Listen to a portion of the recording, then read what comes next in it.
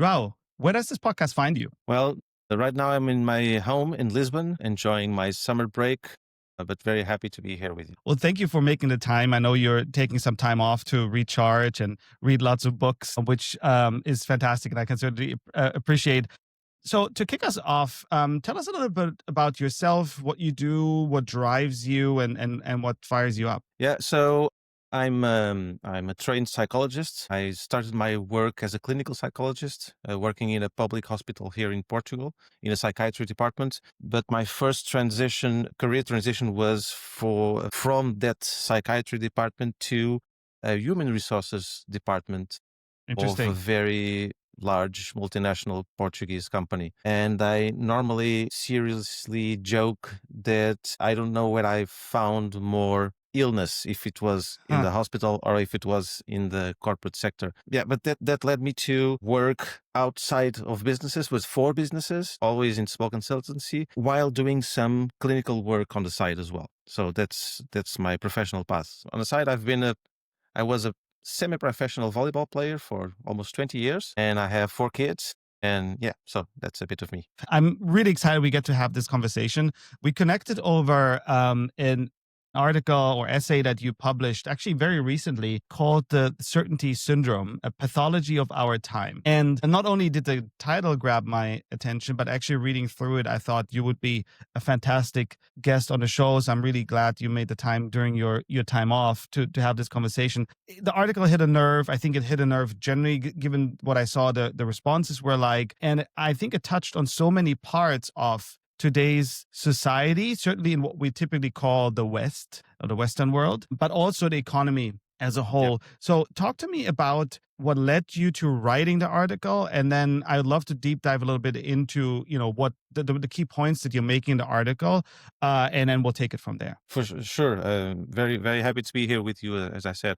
Well, I think that essay was not only that essay, but I think I'm on a stage in my life where I'm trying to condensate a lot of the things that I've been thinking about since I started working, maybe even before, but since I started working, and coming from a psychology and specifically from a psychoanalysis background, I'm deeply interested in what are the underlying forces that drive us, not just individuals, but also in a systemical or societal level, if you want. Yeah. And so this particular piece was, like I said, like a culmination of various ideas, and some of those ideas are pretty old in my head. I mentioned that my first career transition was when I worked at that Portuguese multinational company.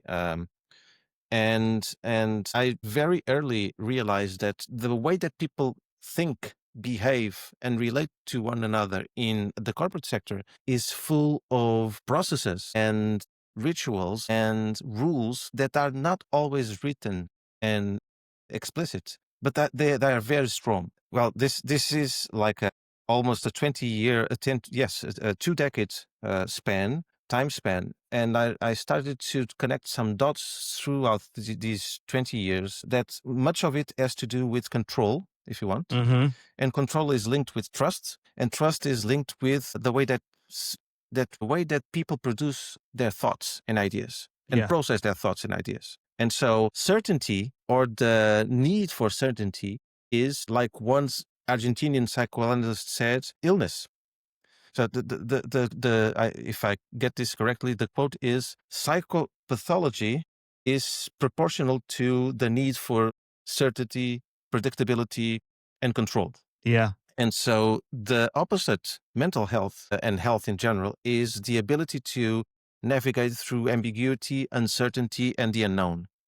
And so looking at the world right now, I do think that we are built systems of organization, and the business or corporate sector is one of them, that live and thrive through a certainty, or at least the illusion of certainty. Yes. And I see this in various dimensions of our modern lives, if you want.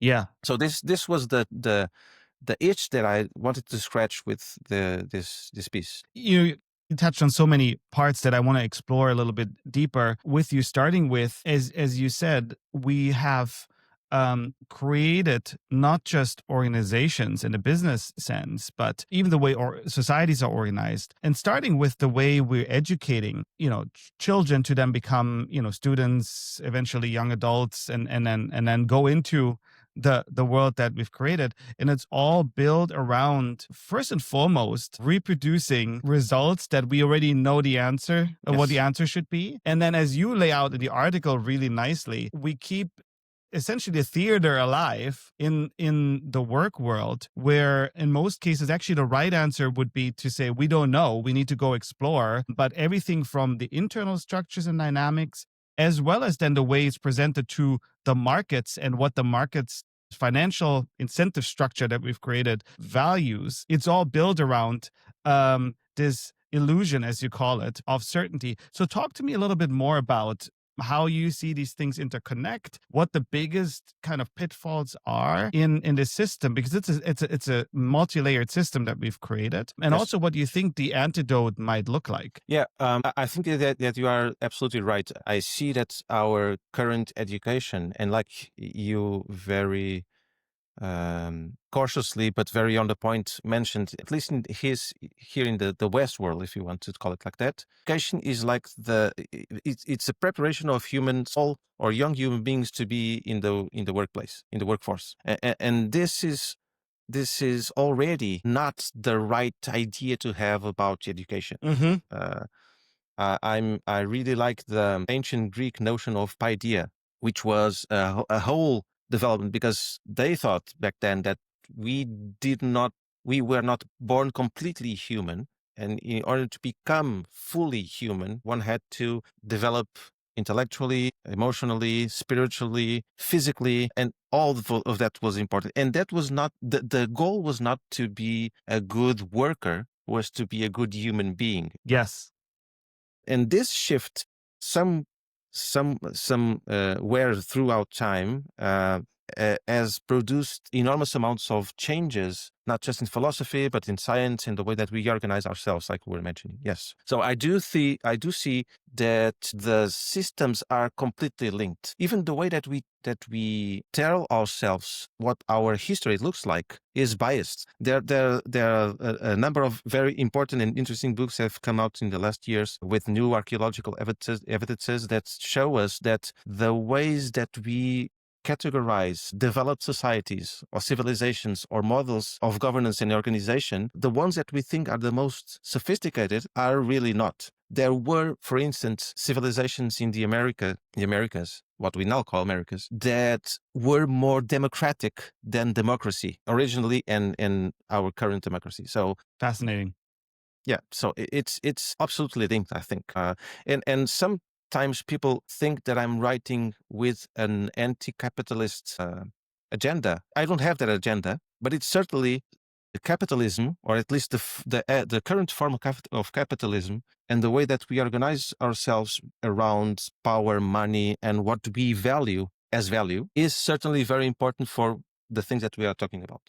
Yeah, I think it's an unfortunate situation which we see in a lot of ways. And maybe that is even also a reflection of the anxiety collectively that exists, that as soon as you start to explore exactly even that notion, which we have historic evidence, in East Asian cultures, ancient cultures, as you pointed out, in what we now call the Americas, but it's very quickly then becomes dismissed as Yes. anti-capitalistic, which also sort of implies that the capitalistic order is the highest achievement of humanity, Yeah. rather than what we do in fact also know and have evidence of in other cultures is the thriving of the human being as an individual, but also humans as a species. And that's probably something that we could do a whole other episode on. Yes, absolutely.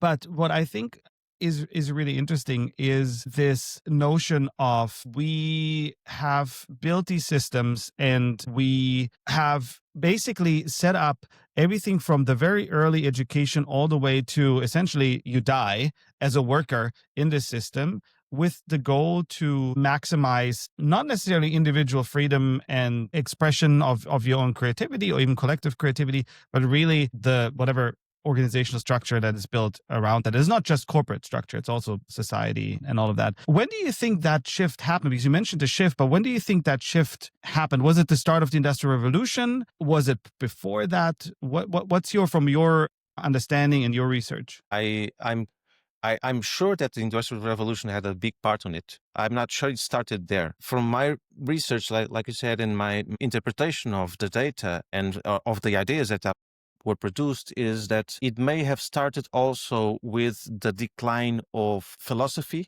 as the main driver of human flourishing and the rise of science. I think it also, and it coincides with the Industrial Revolution as well, more or less. Yeah, at least I think maybe the reproduction of a lot of these insights and the mass kind of spreading, right? Because information, new ideas traveled a lot slower before the Industrial Revolution. Yeah.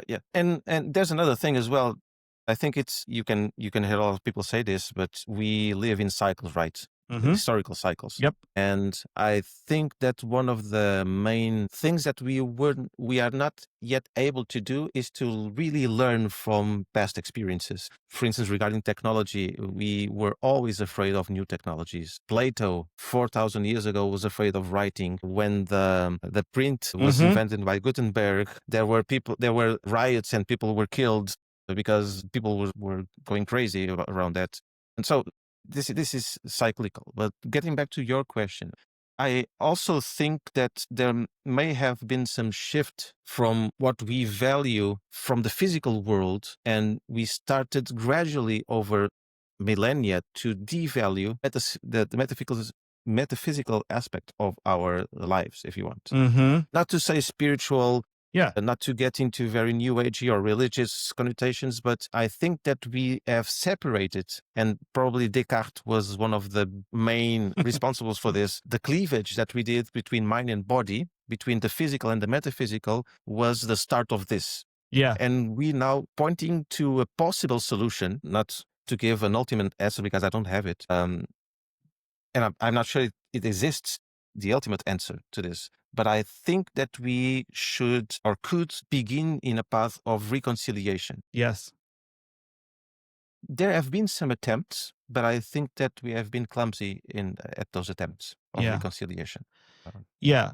I think, the more I listen to you talk, this divergence is very clear. The separation, bifurcation, a lot of it becomes also very polarized in the process of it all. But really the what you pointed out at the very beginning, in Greek society, and we see this in other cultures as well, the wholeness, like bringing things back together, and all of that though requires, and I think that's really interesting to maybe touch on.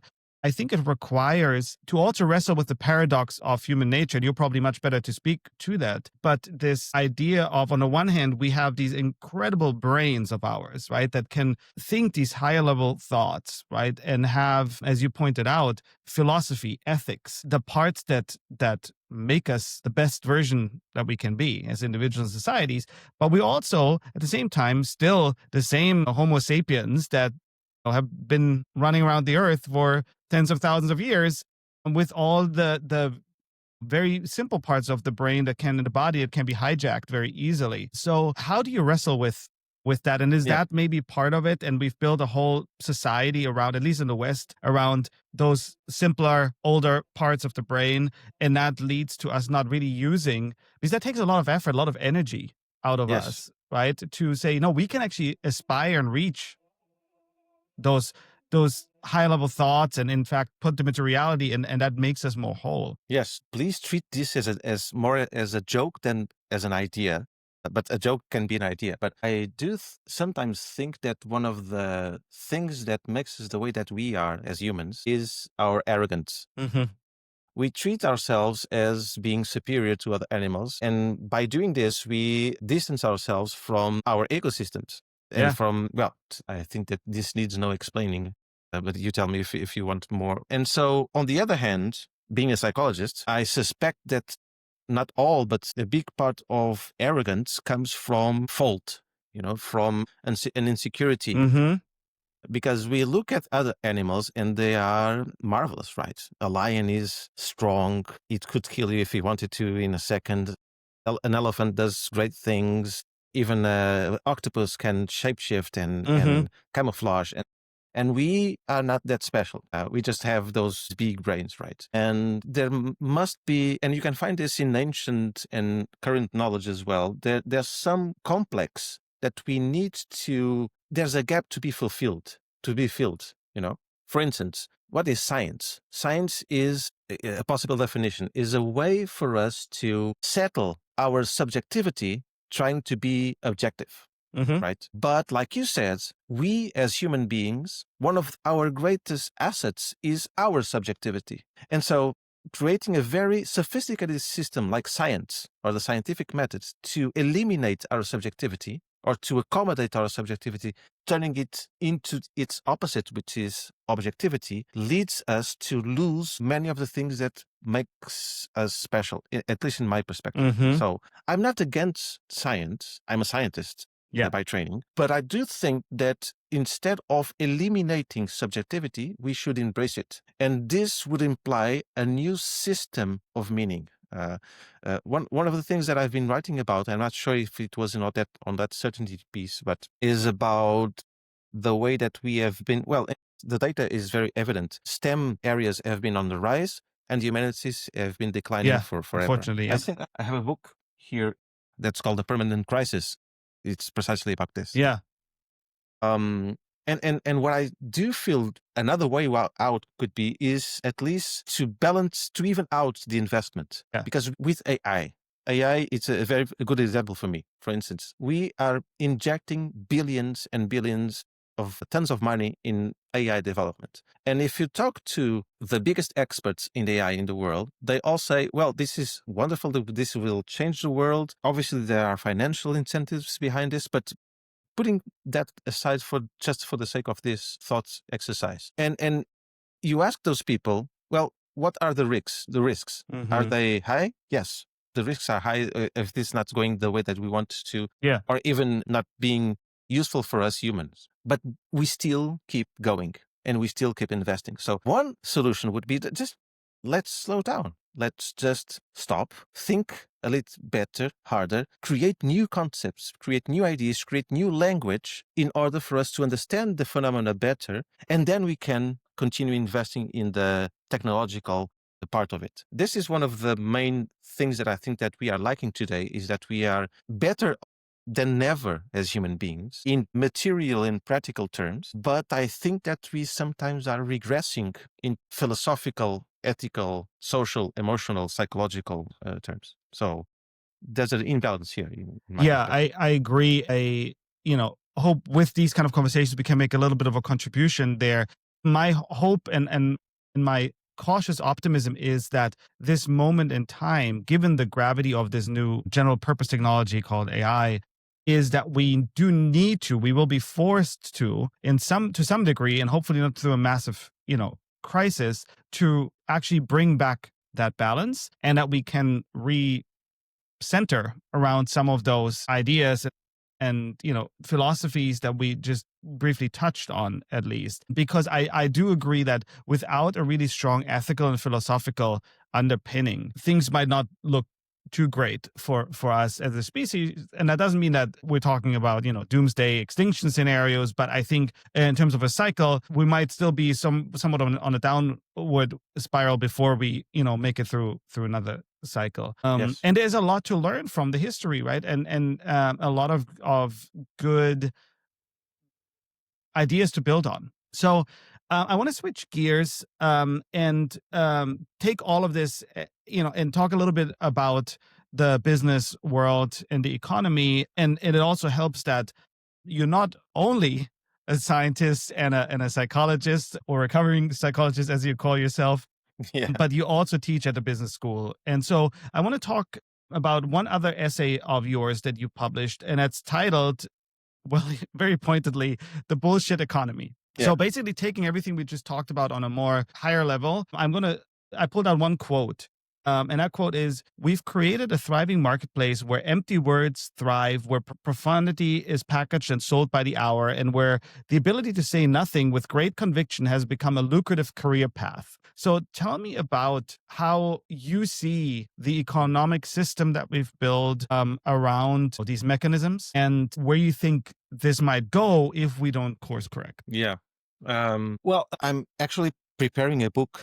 I already have the manuscript ready for a book in Portuguese, but I hope it will be published in English as well. It's around the umbrella concept is post-depth or post-profundity, if you want. And it's like an idea that we are in the stage that we are already are past post-truth, and we are in this new stage, which I call post-depth.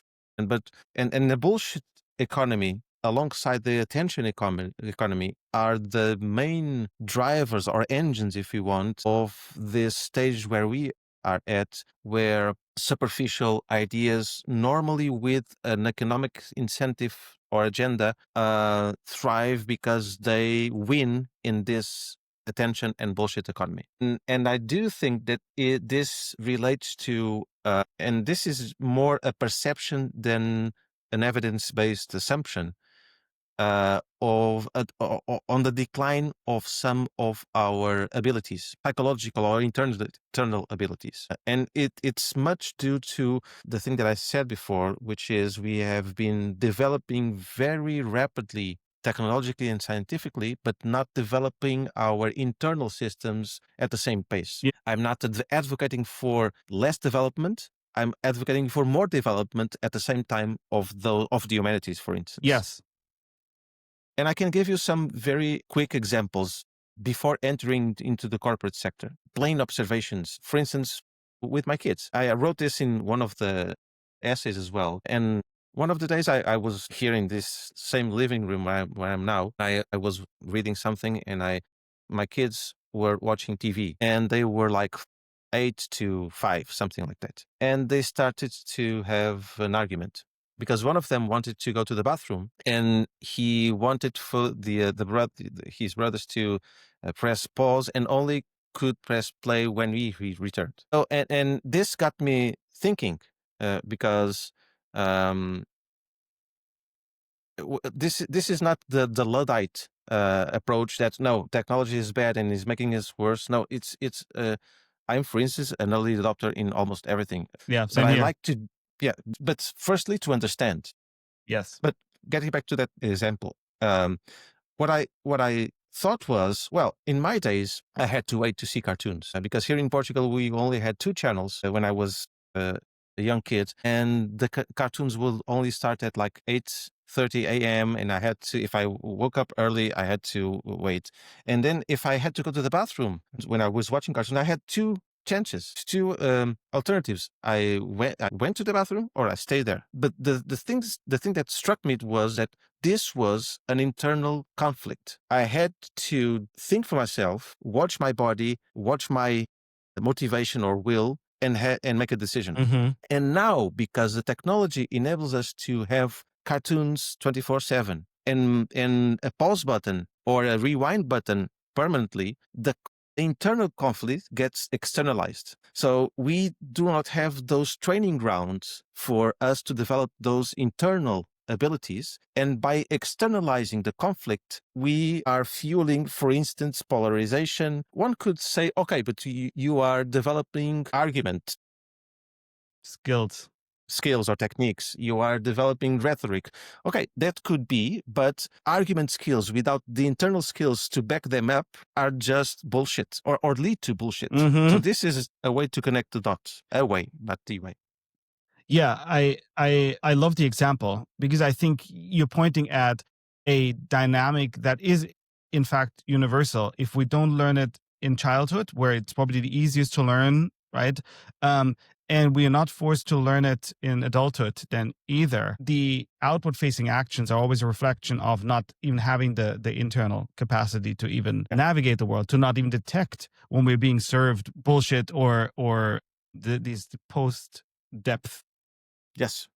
content. Absolutely. And connecting other dots. If we have an educational system that prepares us to thrive in this marketplace, in this world where what has value, what counts, is not the substance, but the appearance. Yes. It's not the way that you think, but the result. It's not the ethics of your decisions, but the results that you get by influencing or even manipulating people towards specific results. If that's what it counts, then you are in a self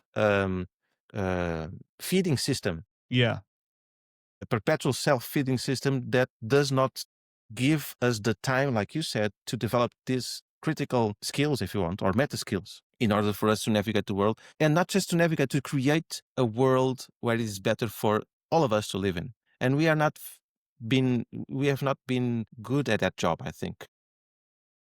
So Yeah. yeah, And I think, going back to what we talked about a bit at the beginning, what's even trickier in all of this is I find that from social media all the way to even how some of these new AI tools like GPT are created, what's happening is that it's also a biochemical hijack that happens, right? So i- if you don't cultivate really strong sense of discipline and rigor and understanding of your own physiological reactions. And even then, it's really hard to not fall into the trap of getting these very quick dopamine hits or just leading into the anxiety that you might feel that manipulates you, or you allow yourself to be manipulated into a certain direction. That's yeah. what makes this even trickier, because it hijacks these parts of our nature that are so much simpler and require a lot less energy to just kind of give into. Right? Absolutely, and we've created an underlying narrative for this. Uh, not trying to escape from your question about business and how does business relate to all of this. One of my main sources of inspiration is a German Korean philosopher, Byung-Chul Han, and he writes extensively about this and very brilliantly. I think that he's completely right when he says that we've developed this narrative from a very young age, where you have this path right in life to be a production unit, Mm-hmm. basically. And then there are side narratives like the happiness, the fit, happy, productive worker or person that led us to create systems of organization, but even internal organization, where we apply the same principles of business to our lives. I wrote another piece which I called Emotional Bureaucrats, which is the internalization of bureaucracy, of a bureaucratic way of working in your life. For instance, people, and I saw this in the consulting room as well as a psychologist. For instance, a person who only can have sex if there's the right temperature, the right conditions, that right time of the week. Only if a certain kind of conditions are met, that person can relax to have intercourse. Or another person who only tried new restaurants if they sold a particular brand of sparkling water, something like that. Or even if you use your work tools to plan your vacation. Yeah. You use an Excel or a to-do list to plan your vacation. Or we created this absolutely nonsensical concept, which is free time occupation, because it's the most stupid concept that we have ever created, right? It's free time, but you have to occupy it. Yes. And through social media, through the modern tools that we have, we are always performing this. We are always performing. We are always appearing to be something that someone somewhere told us that we should be performing. Yeah. Um, Yeah. I fell into that same trap just recently again, because I went to art school and then became a designer, where all I did is put my creativity in the service of a business. And so the last couple of years, but now the last 6 months, I've been really making an effort to go back to making art. And the struggle was an emotional struggle of continuously having a conversation with myself that I don't need to judge this art by anything more than, did it make sense and did it feel right and was it fun for me to just create? yes. And the many times that I messaged friends or spoke with my partner about how much that created suffering was actually immense. And then I watched my daughter, who's almost 10, and the freeness with which she still thankfully creates. And that I couldn't help but feel like such a regression as a human. But I think it's exactly that you're pointing at. That's absolutely Yes, fascinating. I think it's large scale and societal, and it actually leads us away from who we are as humans. absolutely. Yeah. Play, I normally say that play for children is a very serious business. Yes. Yes. Yes. Yes.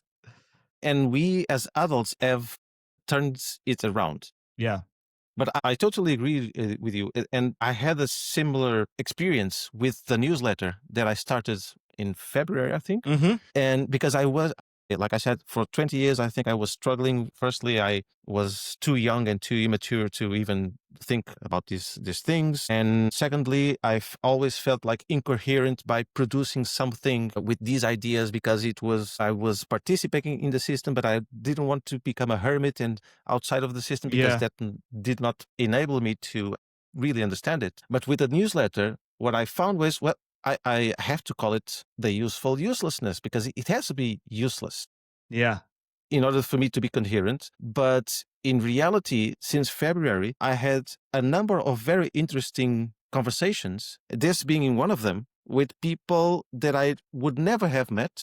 And that I'm not calling it useful, but it has a richness it doesn't have a quantitative value, if you want. Yeah. And that almost feels like, and this is the same reason why I started having these conversations on the podcast. Very similar motivation. But I think in itself, then it becomes the counter, I guess, offering to the bullshit economy. Yes, yes, it could be. I think it is. In my case, it's a form of activism, Yeah. if you want, like a quiet, slow activism. Yes. Because normally people tend to look at activism like loud and in your face, right? But I do like to think of myself as an activist, but in doing things from the inside and slowly. And like you said, and this leads to a lot of frustration, a lot of suffering. I see it with my business. I co-founded a small learning design studio, and we, as a business, we turned out 18 last month. For a business, it's a long time, right? Mhm. But in these 18 years, I think that we were very close to bankruptcy at least 3 times. Mm-hmm. And those moments were followed by the best year ever. Yeah. So it's very difficult. And this is not just due to markets. Of course, it has Yeah. to do with a lot of variables. But if one is to stay coherent with a certain way of doing business and relating to creating a certain kind of team and relationships with people, even clients and suppliers, it's very difficult to thrive or not to fall into the same traps that you are fighting against Yeah. or advocating against. It's very difficult. And it brings suffering, but suffering, it's part of our nature, I think. It is, so long as we learn, as you pointed out earlier, I think, to accept it as part of the human condition and Yes. use it to actually actively learn, essentially bring things back together instead of just escaping into the attention economy, into the bullshit economy, or any of the things we talked about. How does, and it's 2025, we need to talk about, you already mentioned it. How does AI fit into all of this? And I can see it go at least two different ways, but I want to hear yours first and foremost. Yeah. I can see it in two different ways as well. Uh, and to be honest, one of the paths is it's a technology that has a potential to finally free us to invest in ourselves, in our inner worlds. It has that potential. But I'm an optimist, I think, or probably more a realist. But in this case, I'm fairly pessimistic about this hypothesis because I think that the state of the world right now is not pointing us in a direction where if the technology gets to a place where it can replace most of our work, that we will find value in investing in things that do not have an immediate economical or material result or Mm-hmm. even political result. I'm not seeing our political leaders and the corporate leaders in because I do think that I may be unfair on this observation, but I do think that people that have most power right now are not worried about the things that we are talking about. Mm-hmm. That's what I Yeah. might be unfair in this observation, but that's what I see and feel. So that's why I'm pessimistic about this path. The other one is it's just another technology. It's just another, like you said, it becomes banal, and things just don't shift as much as we imagine right now that they will, and that's it. It's just another tool. That's the two paths that I'm envisioning. Hmm. I really hope that the first one would provoke a small crisis enough for us to shift in meaningful ways.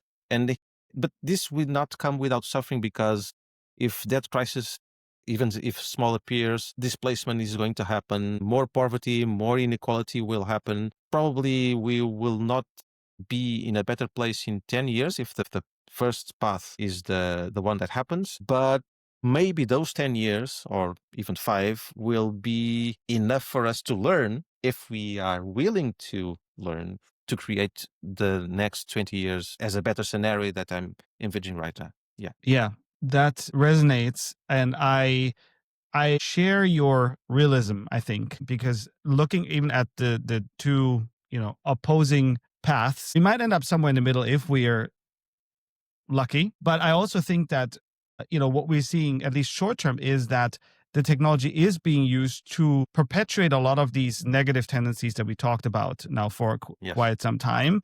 Certainly, there, I think if we want to get on a more positive path, we need to put some guardrails in place, all the way from the creation of these technologies and tools, the application, but also as societies and some societies are making more efforts than others to Yes. rein in and use this technology and make sure that it's used for more good than harm. And that's the general problem of a general purpose technology. But Yeah. I share your analysis so far to bring us to essentially a somewhat of a, I don't want to call it conclusion, but to a point where we can talk a little bit about what does this mean for societies, but also what does it mean for leaders, leading Mhm. in this world that we're in and that we're going into. You teach at a business school, and I'm going to talk and ask you specifically about advice for students. But before we get there, you're also involved with the House of Beautiful Business, which we'll link to, and I can encourage everyone to check out. And you consult. One of the things that I've been spending quite some time thinking about, and had some guests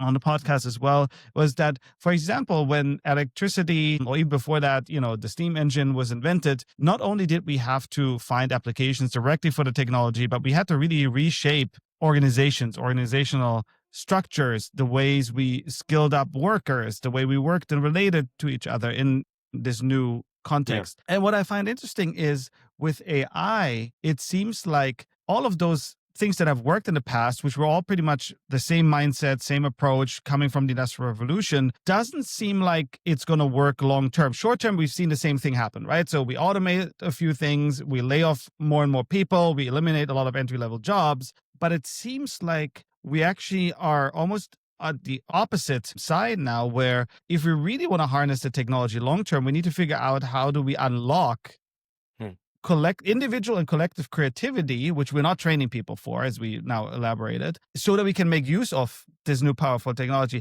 So when you talk to business leaders, when you advise organizations in terms of what they need to focus their learning on, what the future looks like, what are the things that you're advising them to invest in? Leaders specifically, more broadly, maybe organizations, how they structure themselves. I think that coincidentally, my role as a teacher in business school is the place where my activism is more extreme, if you want. Mm-hmm. I think it's the playground where I feel more comfortable exploring more extreme ideas. And so I besides working on a book, I'm also trying to figure out how to launch a program, a developing program around meta skills. And one of those meta skills is, we call them digital wisdom. And it's almost an oxymoron, because normally we don't associate wisdom with the digital Mm-hmm. world. But I think that we should develop a way to navigate this digital world using the same kind of tools that the old ones, the classical ones, called wisdom. And this is one of the dimensions. Another dimension is, I do think that businesses should embrace their social. I'm not talking about ESG. I'm Mm-hmm. really talking about their social role, not just through the products or services they sell, but through the people they employ. And I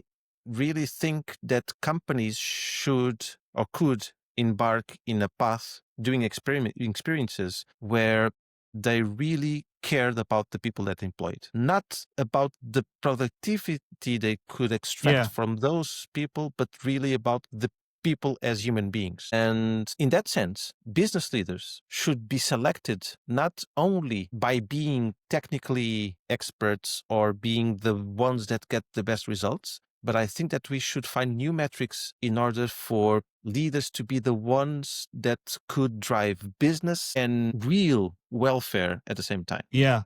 Yeah, we're essentially, and we have evidence, right? Like the whole concept of psychological safety as a Yes. prerequisite for people to do their best work, to be the most creative. That evidence is very clear. And what you're describing seems very connected to that, which Yes. is the success of the business will be a result of maximize or creating an environment through care for the whole human that enables an unlock of human ingenuity in a way that we haven't seen before, then accelerated by these tools that then leads to business growth. Yes. But for that to happen, we have to shift our obsession because we are obsessed with productivity. Yes. We are obsessed with efficiency. And all of the things that I'm pointing out as possible solutions are not productive, are not efficient, and probably are not generate revenue, but are important. Yes. And so we could find ways in order for a CEO that has to make a very difficult decision, almost there that 100% of the time, that difficult decision is due to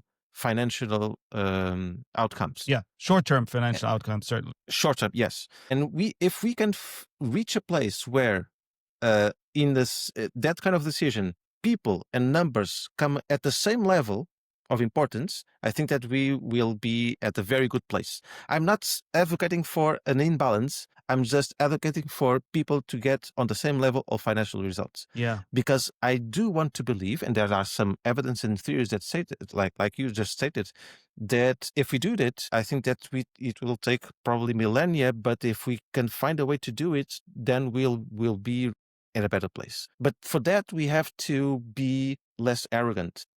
Mm-hmm. Getting back to AI, just a very quick note. What I think is the greatest breakthrough of modern AI, or not AI, LLMs, is that we figure out to develop a system that tricked us into believing that it's very similar to us. Mm-hmm. But this is also an opportunity. So, saying in other words, we've created the perfect bullshitter. Yeah. But, and this might be contradictory to what I wrote in the bullshit economy, but it's weak. You can, what's the saying? You cannot bullshit a bullshitter, but you can. Sounds definitely like it should be saying. Yeah, but you can, right? You can play ourselves. We can play ourselves out of the game if we want. We can use AI or these systems not just to get answers, but to help us to ask better questions. Mm-hmm. We can, like, again, we have these remotes and these devices that enable us to pause reality, but we can choose not to do it. I know it's difficult because it's available, but we can learn to have that kind of digital wisdom, not becoming Luddites or to going back scientifically and technologically, but to really learn that we can have in place systems, ideas that are more prone to freedom than to a prison that looks like freedom. Yes. Yes. So on that note, I want to come back to what do we tell young people and how do we prepare young people? You have young children. I have a young daughter, but Yeah. we're also working with students, both of us. What advice do you give them, or what skills do you think they need to develop to really not just survive, but thrive in this world that for them especially is incredibly uncertain? And we don't want to get them down the path of, trying to escape that uncertainty. Yeah. How do we equip them to live from the job market to just, where's all of this going Yeah. long term? So what do you advise them? What kind of skills do they need to build? That's a tough one. I really don't know. I think sometimes I feel as a father, as a parent, that I've been failing constantly, or failing to adapt, or failing to be empathetic enough to understand what's this world now, because it's different from when I grew up. Yeah, I know that Um, feeling. and um, I also catch myself a number of times going back to that kind of, in my days it was the good old days were the better days now, or you need to stop looking at your screens and read. And sometimes I feel that advices are not enough, Mm-hmm. that you have to command, that you have to set some very rigid rules in order to develop skills or strategies that will, in the medium or long term, provide more freedom. Mm-hmm. And this is a paradox, right? Because you are constraining young people or limiting access to new things or technologies or information in order for them to develop skills to have more freedom in the future. I'm not sure if this is the right path, to be Mm-hmm. honest. I do struggle with it myself. It's a constant struggle. What I Yeah. think, and it's very difficult balance to get, the balance between easiness and hardship, Mm-hmm. between um, suffering and numbness, Mm-hmm. because it's not between suffering and happiness Yeah. or thriving. It's between suffering and numbness. And so I do try to challenge, but this consumes a lot of energy, at least for the one who is giving the advice, or not the advice, but is pointing to another path. Yeah. So I do honestly think and feel that I don't have a good enough answer for you. Well, Yeah. maybe this is exactly the kind of answer, because I think part of the advice that I also struggle to really give is I don't think there's necessarily a very simple, right, like going to some of your work around post depth and trying to package everything in like the 30-second soundbite that sells well on Yes. TikTok. What you're describing is the reality of the complexity of the human condition, and maybe if nothing else, acknowledging that and trying to find ways to get our young people to experience that, and then as they experience it, to guide them through the experience, might actually be the best approach. And Yes. the tricky part is that we're more and more conditioned to look for, well, here's the 5 things you need to do, and then everything will be fine. Yes, yes, of course, and to make things easier for our kids as well, or for young Yes. people, Yeah. because okay, there's an easier path, but is it the right one? Right. Is it the correct one? And so it's a very difficult balance to get. Yeah. It reminds me a lot of, though, a lot of the, again, ancient wisdom that already exists around, philosophies like yoga, for example, where, the practice isn't just a physical practice, as much of a physical practice as it is a mental and spiritual and emotional Yeah. practice. And a part of that is building the skills to go through, as you said, the suffering and transform that. And so maybe that is part of the advice, is to point also young people through to what already exists, and help them through experiencing that. And all of that builds a more complete, more whole human. So I think that's probably a good way to wrap. Although we could continue talking, maybe we actually do have another conversation, even just the points you mentioned on freedom, which reminded me a lot of Timothy Snyder's book on freedom. Would be a really interesting thing to dive deeper into. João, thank you so much for your time and all the wisdom that you've shared and you continue to share. We'll link to all of your articles and the newsletter in the show notes. Thank you so much. This was a fantastic conversation. Thank you. It was a big pleasure to be here with you. Thank you.